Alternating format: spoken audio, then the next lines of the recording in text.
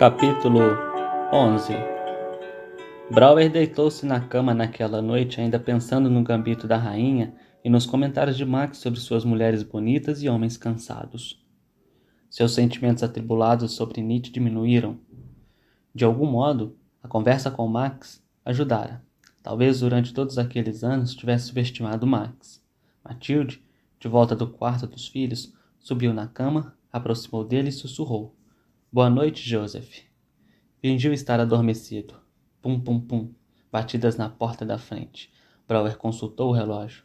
4h45. Levantou-se rapidamente. Seu sono era sempre leve. Apanhou o roupão e pôs-se a descer o corredor. Lois surgiu de seu quarto, mas ele acenou para que ela voltasse. Enquanto estivesse acordado, responderia à porta. O porteiro, desculpando-se por acordá-lo, informou que um homem lá fora precisava dele para uma emergência. Descida as escadas, Brouwer topou com um homem idoso de pé no vestíbulo. Não usava chapéu e, obviamente, andaram um longo percurso. Sua respiração era rápida, seus cabelos estavam cobertos de neve, e o muco vertido pelo nariz congelara seu espesso bigode, que ficou parecendo uma vassoura de piaçaba. "Dr. Brouwer?" perguntou a voz tremendo de agitação. Ante a anuência de Brouwer, apresentou-se como Herr Schiller, inclinando a cabeça e tocando os dedos da mão direita na testa, em um remanescente atávico do que indubitavelmente fora, em épocas melhores, uma saudação elegante. "Um paciente seu em minha hospedaria está doente. Muito doente", disse. "Não está conseguindo falar, mas encontrei este cartão em seu bolso." Examinando o cartão de visita que Schiller lhe entregou, Brouwer encontrou seu próprio nome e endereço anotados no verso. Na frente lia-se: "Professor Friedrich Nietzsche, professor de filologia, Universidade da Basileia." Sua decisão foi instantânea. Deu instruções explícitas a Herr Schiller para que buscasse Fishman e o fiacre. "Quando tiver retornado, estarei vestido. Conte-me sobre meu paciente a caminho da hospedaria." 20 minutos depois, Herr Schiller e Brouwer estavam agasalhados em cobertores sendo conduzidos pelas ruas frias e cobertas de neve. O hospedeiro explicou que o professor Nietzsche estava morando na hospedaria desde o início da semana. "Um ótimo hóspede. Nunca cria problema. Fale-me sobre sua doença." "Durante toda a semana, passou a maior parte dos dias no quarto. Não sei o que faz lá. Sempre que trago seu chá de manhã, encontro-o sentado à mesa, escrevendo. Isso me intrigou porque, veja bem, descobri que não enxergo o suficiente para ler. 2 ou 3 dias atrás, chegou uma carta para ele com carimbo da Basileia. Entreguei-a e, alguns minutos depois, ele desceu com os olhos semicerrados e piscando. Disse que estava com um problema na vista e pediu que lhe lesse a carta. Falou que era da irmã. Comecei, mas após as primeiras linhas, algo sobre um escândalo russo, ele pareceu contrariado e pediu a carta de volta. Tentei captar alguma coisa do resto antes de entregá-la, mas tive tempo apenas de ver as palavras deportação e polícia. Ele faz as refeições fora, embora minha esposa se oferece para cozinhar para ele. Não sei onde come, não me pediu nenhuma dica. Raramente falava, embora uma noite dissesse que iria a um concerto grátis, mas não era tímido, não era por isso que vivia quieto. Observei várias coisas sobre sua quietude. O hospedeiro, que outrora servira 10 anos no serviço secreto do exército, sentia saudades de sua antiga ocupação e se distraía encarando seus hóspedes como mistérios e tentando construir um perfil da personalidade a partir de pequenos detalhes domésticos. Em sua longa caminhada até a residência de Brouwer, reunira todas as suas pistas sobre o professor Nietzsche e ensaiara sua apresentação ao doutor. Era uma rara oportunidade. Normalmente não dispunha de uma audiência adequada. Sua esposa e os outros proprietários da hospedaria eram estúpidos demais para apreciar uma verdadeira habilidade indutiva. Mas o doutor o interrompeu. "A doença dele é Schiller." Sim, doutor." Engolindo seu desapontamento, o Sr. Schiller relatou como por volta das 9 da manhã da sexta-feira, Nietzsche pagara a conta e saíra, dizendo que viajaria de tarde e voltaria antes do meio-dia para apanhar a bagagem. "Devo ter me afastado de meu balcão por algum tempo, pois não o vi retornar. Ele anda muito suavemente, sabe? Como se não quisesse ser seguido. Além disso, não usa guarda-chuva, de modo que não posso saber pelo porta-guarda-chuva do térreo se ele está ou não. Acho que ele não quer que ninguém saiba onde está. Quando saiu. Ele é ótimo, curiosamente ótimo, em entrar e sair sem chamar atenção." "E a doença dele?" Sim, doutor. Apenas pensei que alguns desses fatos poderiam ser importantes para o diagnóstico. Bem, de tarde, por volta das 3, minha esposa, como sempre, foi limpar o quarto dele e o encontrou ali. Ele simplesmente não pegara o trem. Estava estirado sobre a cama, gemendo com a mão na cabeça. Ela me chamou e pediu que ficasse em seu lugar no balcão. Nunca o deixo desguarnecido. Por isso, veja bem, fiquei surpreso de que tivesse retornado ao quarto sem que eu percebesse. E então? Brawl estava impaciente agora. Erskine havia concluído lido histórias policiais demais. Entretanto, dispunha de tempo suficiente para satisfazer o desejo óbvio de seu companheiro de contar tudo o que sabia. A hospedaria no terceiro distrito, o distrito de Landstrasse, ainda distava mais de 1,5 km, e na neve espessa a visibilidade era tão precária que Fishman havia apiado, e agora conduzia seu cavalo lentamente através das ruas geladas. Entrei no quarto dele e perguntei se estava doente. Respondeu que não se sentia bem, uma pequena dor de cabeça. Pagaria a outra diária e viajaria amanhã. Contou-me que tais dores de cabeça eram frequentes e que convinha ficar calado e em repouso. Nada a fazer, disse-me, exceto esperar a dor passar. Ele estava bastante frio. Ele o normalmente, veja bem, mas hoje mostrou-se ainda mais frio. Sem dúvida, desejava ficar sozinho. E aí, Brouwer tremeu. O frio estava penetrando em sua medula. Por mais irritante que fosse Erskine, Brouwer gostou de ouvir que outros haviam achado Nietzsche difícil. Ofereci-me para chamar um médico, mas isso o deixou muito agitado. O senhor deveria ter visto. Não, não, nada de médicos. Eles apenas pioram as coisas. Ele não foi exatamente rude, ele nunca o é, mas apenas frio. Sempre bem educado, percebe-se que é de boa família. Aposto que estudou numa boa escola particular. Viaja em bons círculos. De início, não consegui entender por que não ficou num hotel mais caro. Mas verifiquei suas roupas. As roupas revelam muita coisa. Fique sabendo. Boas etiquetas, bons tecidos, bons cortes, bons sapatos de couro italianos. Mas tudo, mesmo as roupas íntimas, está bem gasto. Gasto demais. Muitas vezes remendado. E há 10 anos não existem mais jaquetas daquele comprimento. Comentei ontem com minha esposa que se trata de um pobre aristocrata, sem noção de como se virar no mundo atual. No início da semana, tomei a liberdade de lhe perguntar a origem do nome Nietzsche, e ele murmurou algo sobre a antiga nobreza polonesa. O que aconteceu depois que recusou um médico? Continuou a insistir que ficaria bom se fosse deixado sozinho. Em seu estilo polido, transmitiu a mensagem de que eu deveria cuidar dos meus negócios. Ele é o tipo que sofre em silêncio, ou então tem algo a esconder. Além disso, é teimoso. Se não tivesse sido tão teimoso, eu poderia ter chamado o senhor ontem, antes que começasse a nevar, e sem precisar acordá-lo a esta hora. O que mais observou? Erskine ficou radiante com a pergunta. Bem, em primeiro lugar, ele se recusou a deixar seu endereço de destino, e o endereço anterior era suspeito. Posta restante, Rapallo e Itália. Nunca ouvi falar de Rapallo, e quando perguntei onde ficava, respondeu simplesmente no litoral. Naturalmente, a polícia deve ser notificada. Seu sigilo, suas andanças furtivas sem guarda-chuva, nem o endereço e aquela carta. Problema russo, deportação, a polícia. É claro que procurei aquela carta ao limparmos o quarto, mas não consegui achar. Deve tê-la queimado ou escondido. O senhor não chamou a polícia? Brouwer perguntou ansiosamente. Ainda não. Convém esperar o dia clarear. Não é bom para o meu negócio. Não quero a polícia perturbando meus outros clientes no meio da noite. E aí, depois de tudo aquilo, ele teve essa doença súbita. Quer saber minha opinião? Veneno. Bom Deus, não. Quase gritou Brouwer. Não, tenho certeza. Por favor, Erskine, esqueça a polícia. Garanto que não há com que se preocupar. Conheço esse homem. Responderei por ele. Não é um espião. É exatamente o que diz o cartão. Um professor universitário. Além disso, sofre realmente dessas dores de cabeça com frequência. Por isso veio me consultar. Por favor, acalme-se quanto às suas suspeitas. À luz tremulante da vela do fiacre, Brouwer pôde perceber que Erskine não estava se acalmando e acrescentou. Todavia, posso entender como o observador a curto poderia chegar a tal conclusão. Mas confiei em mim a esse respeito. A responsabilidade será minha. Tentou fazer o hospedeiro voltar à doença de Nietzsche. Diga-me, depois que o viu à tarde, o que mais ocorreu? Retornei ao seu quarto 2 vezes para saber se precisava de algo. Veja bem, chá ou algo para comer. Em ambas as vezes ele agradeceu e recusou, sem sequer virar a cabeça. Parecia fraco e seu rosto estava pálido. Erskine parou por um minuto. e depois, incapaz de comer um comentário, acrescentou: nem um pingo de gratidão pelos cuidados meus ou de minha mulher. Não é uma pessoa cordial, o senhor sabe. Na verdade, parecia aborrecido com nossa gentileza. Nós o ajudamos e ele se aborrece. Minha mulher não gostou nem um pouco. Ela também se aborreceu e não quer mais saber dele. Quer que saia amanhã sem falta. Ignorando sua queixa, Brouwer perguntou: o que aconteceu a seguir?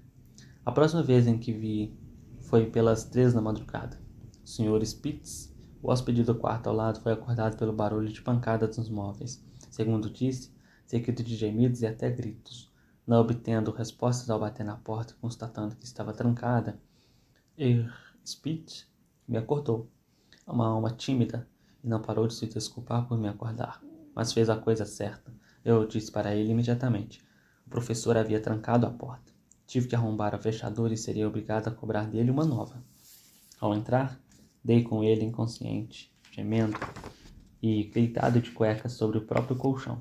Todas as suas roupas e toda a roupa de cama haviam sido atiradas, supondo que ele não saiu do leito, mas que despiu e tirou tudo no chão. As roupas estavam a menos de 1 metro da cama. Essa conduta não é típica dele, não é mesmo, doutor? Normalmente, é um ansiado. Minha esposa ficou chocada com a bagunça. Vômito por toda parte. Levará 1 semana até que o quarto possa ser alugado, até que o mau cheiro desapareça. A rigor, ele deveria pagar por toda esta semana. Encontrei manchas de sangue no lençol também. Examinei-lhe o corpo, mas não encontrei feridas. O sangue devia estar no vômito. Skilly sacudiu a cabeça. Foi aí que vasculhei os bolsos dele. Encontrei seu endereço e fui chamar o senhor. Minha esposa achou melhor esperar até de manhã, mas temia que ele morresse antes. O senhor deve saber o que isso significa. O Papa Defuntos, o inquérito formal, a polícia para lá e para cá, já vi isso muitas vezes. Os outros hóspedes somem em 24 horas. Na hospedaria de meu cunhado, na Floresta Negra, 2 hóspedes morreram em 1 semana. Sabia que 10 anos depois, as pessoas ainda se recusam a ficar nos mesmos quartos? Ele os reformou completamente. Pintou-os, trocou as cortinas, o papel de parede. Mesmo assim, as pessoas os evitam. A informação simplesmente circula. Os aldeões comentam. Eles nunca esquecem. Erskine meteu a cabeça para fora da janela. Olhou ao redor e gritou para Fishman. Virar à direita. Estamos chegando, próximo quarteirão. Voltou-se novamente para Brouwer. Chegamos. Próximo prédio, doutor. Pedindo a Fishman que esperasse, Brouwer seguiu Erskine para dentro da hospedaria, onde subiram 4 estreitos lanços de escada. O aspecto despojado da caixa da escada corroborava com a alegação de Nietzsche de que se preocupava somente com a mera subsistência. Espartanamente limpa, um tapete poído, com um desenho desbotado e diferente em cada lanço. Sem corrimão, nenhuma mobília nos patamares. Paredes recentemente caiadas não eram atenuadas por nenhum quadro ou ornamento, nem mesmo um certificado oficial de inspeção. Com a respiração ofegante devido à escalada, Brouwer seguiu Erskine até o interior do quarto de Nietzsche. Parou um momento para se habituar ao exagerado cheiro agridoce do vômito. Depois, esquadrinhando rapidamente a cena, viu que correspondia à descrição de Erskine. Aliás, precisamente.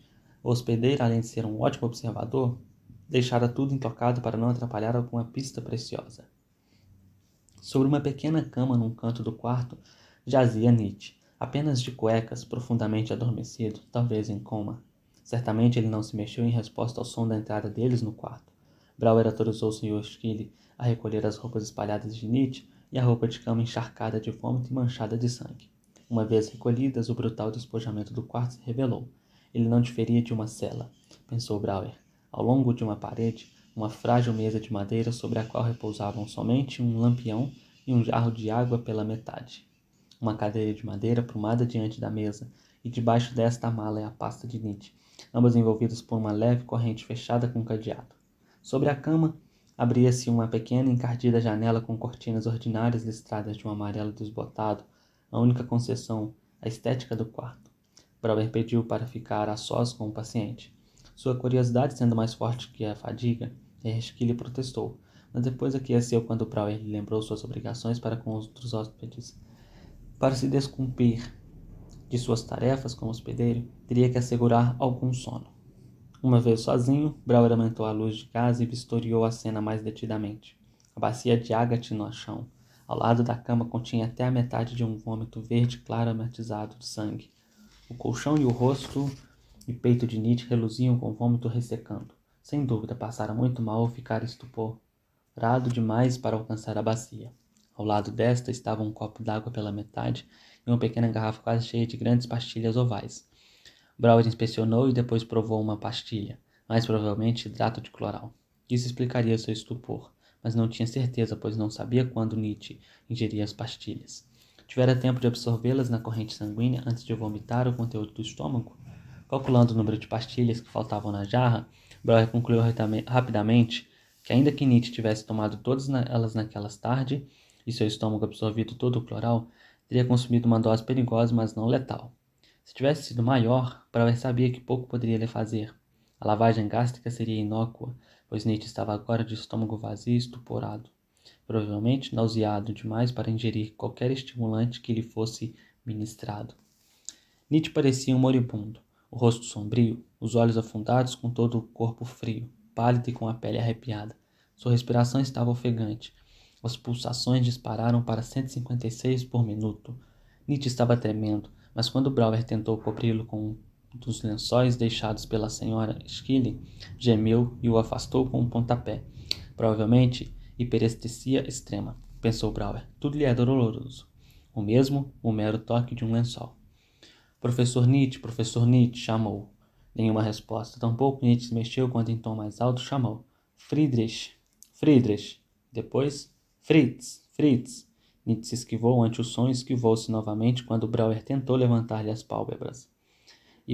Hiperetestia, mesmo ao som e à luz, observou Brouwer levantando-se para diminuir a luz e aumentar a calefação a gás. Uma inspeção mais próxima confirmou o diagnóstico de Brouwer de enxaqueca espasmódica bilateral. O rosto de Nietzsche, especialmente a testa e as orelhas, estava frio e pálido. As pupilas dilatadas em ambas as artérias temporais estavam tão contraídas, parecendo duas cordas finas e entrelaçadas em suas têmporas. A primeira preocupação de Brouwer, porém, não foi a enxaqueca, mas a taquicardia capaz de matar. Não obstante a agitação de Nietzsche, pressionou firmemente o polegar sobre a artéria carótida direita do enfermo. Em menos de um minuto, a pulsação deste caiu para 80. Após observar estritamente a condição cardíaca por cerca de 15 minutos, Brouwer ficou satisfeito e voltou sua atenção para a enxaqueca. Depois de apanhar as pastilhas de nitroglicerina em sua valise, pediu a Nietzsche que abrisse a boca, mas sem obter resposta. Quando tentou abrir à força a boca de Nietzsche, este cerrou os dentes com tanta energia que Brouwer desistiu. Talvez nitrato amílico resolva o problema, pensou Brouwer. Verteu 4 gotas em um lenço e o levou até o nariz de Nietzsche. Este deu uma respirada, recuou e virou para o outro lado. Resiste até o fim, mesmo inconsciente, pensou Brouwer. Levou ambas as mãos às têmporas de Nietzsche e de início suavemente, depois com uma pressão crescente. Massageou-lhe toda a cabeça e pescoço. Concentrou-se principalmente nas áreas que pareciam, com base nas reações do paciente, mais sensíveis durante a massagem. Nietzsche gritava e sacudia freneticamente a cabeça, mas Brouwer persistiu e calmamente manteve sua posição, ao mesmo tempo em que sussurrava suavemente no ouvido do doente. Aguente a dor, Fritz, aguente a dor. Isso vai ajudar. A agitação de Nietzsche diminuiu, mas ele continuou a gemer profundos, agonizantes e guturais. Não. 10, 15 minutos se passaram. Brouwer continuou a massagem. Após 20 minutos, os gemidos diminuíram e depois tornaram-se inaudíveis, mas os lábios de Nietzsche estavam ativos, murmurando algo ininteligível. Brouwer aproximou o ouvido da boca do doente, mas, mesmo assim, não conseguiu distinguir as palavras. Seriam deixe-me, deixe-me, deixe-me, ou talvez permita-me, permita-me. Não sabia ao certo. 35 minutos se passaram. Brouwer continuou a massagem. O rosto de Nietzsche pareceu mais quente e sua cor estava retornando. Talvez o espasmo estivesse no fim. Embora ainda em estupor, Nietzsche pareceu mais descansado. O murmúrio continuou, um pouco mais alto, um pouco mais claro. Novamente, Brouwer inclinou-se, aproximando o ouvido dos lábios de Nietzsche. Agora pôde distinguir as palavras, embora de início duvidasse dos ouvidos. Nietzsche estava dizendo: ajude-me, ajude-me, ajude-me, ajude-me. Uma onda de compaixão varreu Brouwer. Ajude-me? Então pensou, durante todo esse tempo foi isso que me pediu. Louis Salomé errou. Seu amigo é capaz de pedir ajuda, mas trata-se de outro Nietzsche, um que estou conhecendo agora. Brauer descansou as mãos e andou por alguns minutos pela pequena cela de Nietzsche. Depois embebeu uma toalha com a água fria do jarro, aplicou a compressa na testa do paciente adormecido e sussurrou: Sim, eu o ajudarei, Fritz. Conte comigo. Nietzsche estremeceu. Talvez o contato ainda seja doloroso, pensou Brauer. Mas mantenha a compressa no lugar assim mesmo. Nietzsche abriu ligeiramente os olhos, entreviu Brauer e levou a mão à fronte. Talvez pretendesse simplesmente remover a compressa, mas não sua mão se aproximou da de Brauer e por um momento, apenas por um momento, suas mãos se tocaram. Outra hora passou. A luz do dia já estava irrompendo. Já eram quase 7h30. O estado de Nietzsche parecia estável. Não havia muito mais por fazer naquela altura, pensou Brauer. Seria melhor atender seus outros pacientes e retornar mais tarde, depois de passado o sono provocado pelo cloral. Após cobrir seu paciente com um lençol leve, Brauer redigiu um bilhete de que voltaria antes do meio-dia. Colocou uma cadeira ao lado da cama e deixou o bilhete bem visível sobre a cadeira. Descendo as escadas, instruiu Erskine, que estava a postos no balcão de recepção, a dar uma espiada em Nietzsche a cada 30 minutos. Brauer acordou Fishman, que estivera dormindo em um banquinho no vestíbulo. Saíram juntos naquela manhã nevoenta, para o habitual rodada de visitas domiciliares. Ao retornar 4 horas mais tarde, foi saudado por Erskine, sentado no seu posto do balcão de recepção. Não surgira nenhuma nova manifestação. Nietzsche dormira sem parar. Sim, parecia mais confortável e se comportara melhor. Um gemido ocasional, mas nada de gritos, agitação ou vômito. As pálpebras de Nietzsche tremularam quando Brauer adentrou o quarto, mas continuou a dormir profundamente mesmo quando Brauer se dirigiu a ele. Professor Nietzsche, consegue me ouvir? Nenhuma resposta. Fritz, chamou Brauer. Sabia que havia lógica em chamar seu paciente de maneira informal. Muitas vezes pacientes estuparados respondem a nomes de quando eram mais jovens. Não obstante, sentiu-se culpado, sabendo que também o fazia por autossatisfação. Agradava-lhe chamar Nietzsche pelo familiar Fritz. Fritz, sou Brauer. Consegue me ouvir? Poderia abrir os olhos? Quase imediatamente os olhos de Nietzsche se abriram. Conteriam um olhar de reprovação? Brauer reverteu de imediato ao tratamento formal. Professor Nietzsche, de volta entre os vivos, apraz-me ver. Como se sente? Nada satisfeito. Nietzsche pronunciava as palavras suavemente, comendo sons, por estar vivo. Nada satisfeito. Não temo a escuridão. Horrível. Sinto-me horrível. Brauer levou sua mão à testa de Nietzsche, em parte para sentir sua temperatura, mas também para oferecer conforto. Nietzsche recuou rapidamente a cabeça vários centímetros. Talvez ainda sentisse peretecia, pensou Brauer. Mais tarde, ao preparar uma compressa fria e aplicá-la à testa de Nietzsche, este, com uma voz fraca e cansada, disse: Posso fazer isso. E tomando a compressa de Brauer, confortou-o a si mesmo. O restante do exame de Brauer foi encorajador. As pulsações do paciente chegaram agora a 76. Seu rosto ficou mais corado e o espasmo das artérias temporais desapareceu. Meu crânio parece despedaçado, reclamou Nietzsche. A dor mudou. Em vez de aguda, dá a impressão de uma profunda e dolorosa contusão no cérebro. Embora sua náusea ainda fosse forte demais para engolir medicamentos, conseguiu aceitar as pastilhas de nitroglicerina que Brauer lhe pôs debaixo da língua. Durante 1 hora, Brauer ficou sentado conversando com o paciente, que pouco a pouco foi ficando mais receptivo. Fiquei preocupado. O senhor poderia ter morrido. Aquela quantidade de cloral é mais veneno do que remédio. Precisa de um medicamento que ataque a dor de cabeça na fonte ou atenue sua dor. O cloral não faz nenhuma coisa nem outra. É um sedativo e para deixá-lo inconsciente diante de tamanha dor, requer uma dose que poderia até ser fatal. Quase foi, fique sabendo. Sua pulsação estava perigosamente irregular. Nietzsche abanou a cabeça. Não compartilho de sua preocupação. Sobre o desenlace, sussurrou Nietzsche. Sobre o fato de ser fatal, é isso que quer dizer? Não. Sobre qualquer coisa. Sobre qualquer coisa. A voz de Nietzsche era quase suplicante. Brauer suavizou também a sua voz. O senhor esperava morrer? Estou vivendo. Morrendo? Que importa? Nenhum nicho. O que quer dizer? Perguntou Brauer.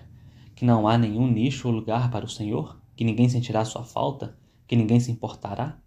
Um longo silêncio. Os dois homens permaneceram juntos em silêncio, e logo Nietzsche estava respirando profundamente ao cair de novo no sono.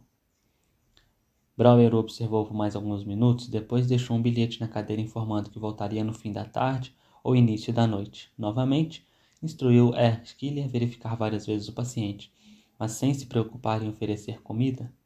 Talvez água quente, mas o professor não conseguiria ingerir nada sólido por mais um dia. Ao retornar às 7 horas, Brouwer estremeceu quando penetrou no quarto de Nietzsche. A luz melancólica de uma única vela projetava sombras tremulantes nas paredes e revelava seu paciente deitado na escuridão. Olhos fechados, mãos cruzadas sobre o peito, vestindo seu terno preto e calçando pesados sapatos da mesma cor. Seria isso? Brouwer se perguntou. Uma antivisão de Nietzsche exposto em câmara ardente, sozinho e sem ninguém para pranteá-lo? Mas não estava nem morto nem adormecido. Estimulou-se ao ouvir a voz de Brouwer e, com certo esforço, e sentindo obviamente dor, ergueu-se até uma posição sentada com a cabeça entre as mãos e as pernas pendendo ao lado da cama. Fez um sinal para que Brouwer se sentasse. Como se sente agora? Minha cabeça continua oprimida por um torno de aço. Meu estômago espera nunca mais ver comida. Meu pescoço e minhas costas aqui.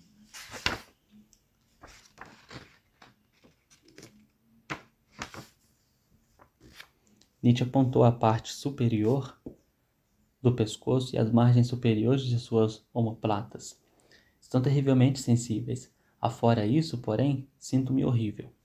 Brouwer demorou a sorrir. A ironia inesperada de Nietzsche o atingiu somente um minuto. Depois, quando notou o sorriso malicioso do seu paciente. Ao menos navega em águas familiares, tive esta dor muitas vezes antes. Foi um ataque típico, então? Perguntou Brouwer. Típico? Típico? Deixe-me pensar. Ao julgar pela intensidade, diria que foi um ataque forte. Dos meus últimos 100 ataques, talvez apenas 15 ou 20 foram mais intensos. Apesar disso, muitos ataques foram piores. Como assim? Quis saber Brouwer. Duraram muito mais. A dor muitas vezes prosseguiu por 2 dias. Um ataque breve assim é raro. Eu sei. Os outros médicos disseram. Como explicar a brevidade deste? Brouwer estava sondando, tentando descobrir de quanto das últimas 16 horas Nietzsche se lembrava. Ambos sabemos a resposta a essa pergunta, Dr. Brouwer. Sou-lhe imensamente grato. Sei que ainda estaria me contorcendo em dores nesta cama se não fosse o senhor. Gostaria que houvesse uma forma significativa de retribuí-lo. Na falta dela, temos que recorrer à moeda do reino. Meus sentimentos sobre dívidas e pagamentos continuam inalterados e espero uma conta proporcional ao tempo que dedicou a mim. Segundo os cômputos do Sr. Schiller, bastante precisos por sinal, a conta será considerável. Embora desanimado por ouvir Nietzsche retornar à sua voz formal e distanciadora, Brouwer disse que mandaria Frau Becker preparar a conta na segunda-feira, mas Nietzsche abanou a cabeça. Esqueci que seu consultório fica fechado aos domingos, mas amanhã pretendo pegar o trem para a Basileia. Não podemos resolver minha conta agora? Para a Basileia? Amanhã? De jeito nenhum, professor Nietzsche. Não enquanto a crise perdurar. Apesar de nossas desavenças nesta última semana, permita que atue agora corretamente como seu médico. Poucas horas atrás, o senhor estava inconsciente com uma grave arritmia cardíaca. É mais do que insensato viajar amanhã. É perigoso. Além disso, existe outro fator. Muitas enxaquecas podem voltar imediatamente na falta de repouso suficiente. Certamente o senhor já deve ter observado isso. Nietzsche ficou em silêncio, por um momento, obviamente, ponderando as palavras de Brouwer. Depois anuiu com a cabeça. Seu conselho será seguido. Concorda em permanecer mais um dia e em viajar na segunda-feira. Posso vê-lo na segunda de manhã? Brouwer indicou que sim com a cabeça. Para a conta, é isso? Para isso, e ficarei grato também por seus apontamentos da consulta e uma descrição das medidas clínicas empregadas para abortar esse ataque. Seus métodos poderão ser úteis aos seus sucessores, basicamente médicos italianos, pois passarei os próximos meses no sul. Certamente, a força deste ataque proscreve outro inverno na Europa Central. É hora de repouso e tranquilidade, professor Nietzsche, e não de novas discussões entre nós. Porém, permita-me 2 ou 3 observações para que medite sobre elas até nosso encontro da segunda-feira. Depois do que fez por mim, hoje minha obrigação é escutar cuidadosamente.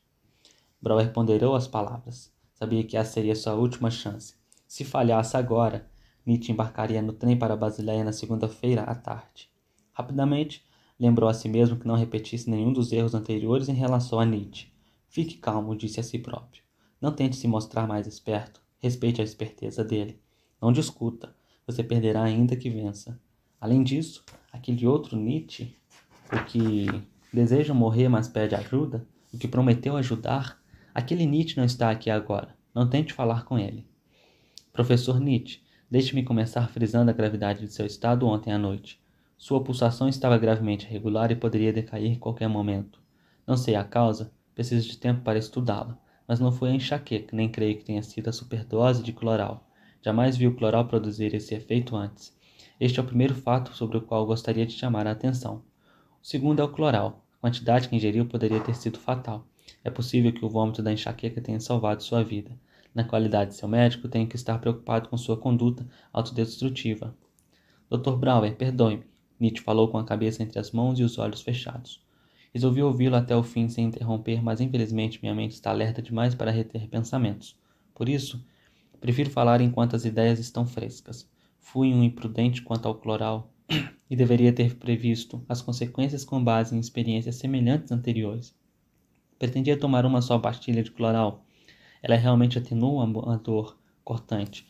E depois, pôr o vidro de volta na mala. O que sem dúvida ocorreu na noite passada foi que tomei uma pílula e esqueci de guardar o vidro. Depois, quando o cloral fez efeito, fiquei confuso. Esqueci que já tomara uma pastilha e tomei outra. Devo ter repetido essa sequência várias vezes. Isso já acontecera antes. Foi um comportamento tolo, mas não suicida. Se é isso que o senhor insinua. Uma hipótese plausível, pensou Brauer. O mesmo acontecera com muitos de seus pacientes idosos e desmemoriados, e ele sempre instruía seus filhos a ministrarem os medicamentos. Entretanto, não acreditou que isso explicasse suficientemente o comportamento de Nietzsche. Para início de conversa, porque, mesmo com sua dor, esquecera de pôr o cloral de volta na mala. Não se é responsável até pelo próprio esquecimento? Não, Brauer pensou. A conduta deste paciente é malignamente autodestrutiva do que alega. De fato, havia uma prova, a voz suave que disse: vivendo ou morrendo, o que importa? Contudo, era uma prova que não podia recorrer. Tinha que deixar o comentário de Nietzsche permanecer incontestado. Mesmo assim, professor Nietzsche, ainda que fosse a explicação, ela não diminui o risco. O senhor precisa de uma avaliação completa de sua medicação. Mas permita-me observar uma outra coisa, desta feita relacionada com o início de seu ataque. Atribuí-o ao clima, sem dúvida. Ele desempenhou certo papel. O senhor tem sido um observador minucioso da influência das condições atmosféricas sobre a sua enxaqueca. Porém, vários fatores podem agir conjuntamente para desencadear um ataque de enxaqueca. E enquanto à última ocorrência, creio ter uma responsabilidade. Foi logo depois que o confrontei, de forma rude e agressiva, que sua dor de cabeça começou. Mais uma vez, Dr. Brauer, tenho que intervir. Não disse nada que um bom médico não devesse dizer, que outros médicos não teriam dito mais cedo ou com menos tato. Não merece a culpa por esse ataque. Senti sua chegada bem antes da nossa última conversa. Na verdade, tive uma premonição ainda a caminho de Viena. Brauer detestou ceder a esse ponto, mas aquela não era hora de debate. Não quero cansá-lo mais, professor Nietzsche. Permita-me apenas dizer, então, baseado em seu estado médico geral, sinto ainda mais do que antes a necessidade de um extenso período de observação minuciosa e de tratamento. Embora tenha sido chamado horas após seu início, consegui abreviar esse ataque específico. Se eu tivesse sob observação em uma clínica, tenho confiança de que poderia ter desenvolvido um regime para abortar seus ataques ainda mais completamente. Insisto que aceite minha recomendação de se internar na clínica Lawson. Brauer parou. Dissera tudo que era possível. Mostrara-se brando, lúcido e clínico. Não podia fazer mais nada. Fez-se um longo silêncio e esperou, pelo seu fim, escutando sons no pequeno aposento. A respiração de Nietzsche, sua própria, o gemer do vento, uma passada e uma tábua rangente no quarto acima. Então Nietzsche respondeu com uma voz gentil, quase convidativa. Nunca conheci um médico como o senhor, igualmente capaz, igualmente preocupado. Nem tão pessoal. Talvez tenha muito a me ensinar. Quando se trata de aprender como conviver com as pessoas, creio que devo começar do zero. Sou grato ao senhor e acredite, imensamente grato. Nietzsche fez uma pausa. Estou cansado e preciso me deitar. Estirou-se de costas, as mãos cruzadas sobre o peito, o olhar fixo no teto. Sendo tão grato, entristece-me contrariar sua recomendação. Mas as razões dadas ontem, foi apenas ontem? Parece que conversávamos há meses. As razões não foram frívolas, não foram simplesmente inventadas na hora para me opor ao senhor. Se optar por continuar lendo meus livros, verá como minhas razões se baseiam no próprio fundamento de meu pensamento, portanto, de meu ser. Essas razões me parecem ainda mais fortes agora, mais fortes hoje do que ontem. Não sei por que isso acontece, não consigo me entender muito bem hoje. Sem dúvida, tem razão, o cloral não é bom para mim, certamente não é um tônico para minha cerebração. Continuo com o raciocínio confuso, mas as razões que lhe apresentei parecem-me agora 10 vezes mais fortes, 100 vezes mais fortes. Virou a cabeça para olhar Brower. Peço-lhe, doutor, que pare com seus esforços a meu favor. Recusar seu conselho e sua oferta agora e continuar recusando repetidamente apenas aumenta a humilhação de ser-lhe tão grato. Por favor. Virou a cabeça de volta para o outro lado. É melhor que eu repouse agora e talvez que o senhor volte para casa. Mencionou uma vez que tem uma família. Temo que ficarão ressentidos comigo e com toda razão. Sei que despendeu hoje mais tempo comigo do que com eles. Até segunda, Dr. Brower. Nietzsche cerrou os olhos. Antes de partir, Brower avisou que se Nietzsche precisasse dele, mandasse um mensageiro do Sr. Stille chamá-lo, que ele viria na hora, mesmo no domingo. Nietzsche agradeceu, mas sem abrir os olhos. Enquanto descia as escadas da hospedaria, Brower maravilhou-se com o controle e o poder de recuperação de Nietzsche. Mesmo no leito de enfermo, em um quarto vulgar ainda fedendo na violenta recuperação de apenas horas atrás, no período em que a maioria das vítimas de enxaqueca estaria grata simplesmente por se sentar em um canto e respirar, Nietzsche estava pensando e funcionando, escondendo seu desespero, planejando sua partida, defendendo seus princípios, exortando seu médico a retornar para sua família, solicitando um relatório da consulta e uma conta que fosse justa para seu médico.